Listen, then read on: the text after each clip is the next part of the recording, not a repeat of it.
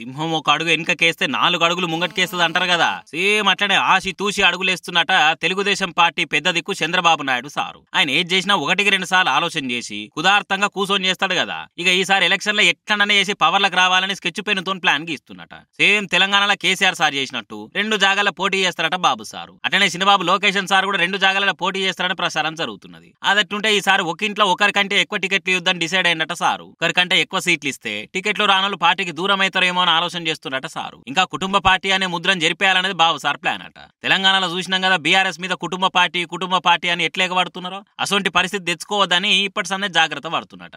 కుటుంబంలో ఎవరికి టికెట్ ఇస్తే బాగుంటదని ముచ్చట ఇంటిలో ఆదులు కూర్చొని మాట్లాడుకోవాలని బాబు సార్ ఆర్డర్ పాస్ చేసిందట రేసులున్న లీడర్లకు. ఇంకా జనసేనతో పొత్తు కూడా ఉంది కాబట్టి ఒకే ఇంట్లో 2-3 టికెట్లు ఇచ్చుకుంటూ పోతే ఇబ్బందులు వస్తాయని లీడర్లతో చెప్పిండట బాబు సారు. ఏమో బాబు సార్ పథకాల కాడికొచ్చే వర్కల్నేమో తెలంగాణలో కాంగ్రెస్ అమలు చేస్తున్న పథకాలను ఫాలో అయ్యి టికెట్ల కాడికొచ్చే వర్కల్నేమో ఫాలో అయితే లేడైంది అనే చర్చ జరుగుతున్నది పొలిటికల్ సర్కిల్స్ లా. కాంగ్రెస్ లో చూసినాం కదా ఒక ఇంట్లోనే ఇద్దరికి టికెట్లు ఇస్తే అందులో దాదాపు అందరు గెలిచిర్రు. చూడాలి మరి బాబు సార్ రేపు ఎసొంటి నిర్ణయం ఫైనల్ చేస్తాడు.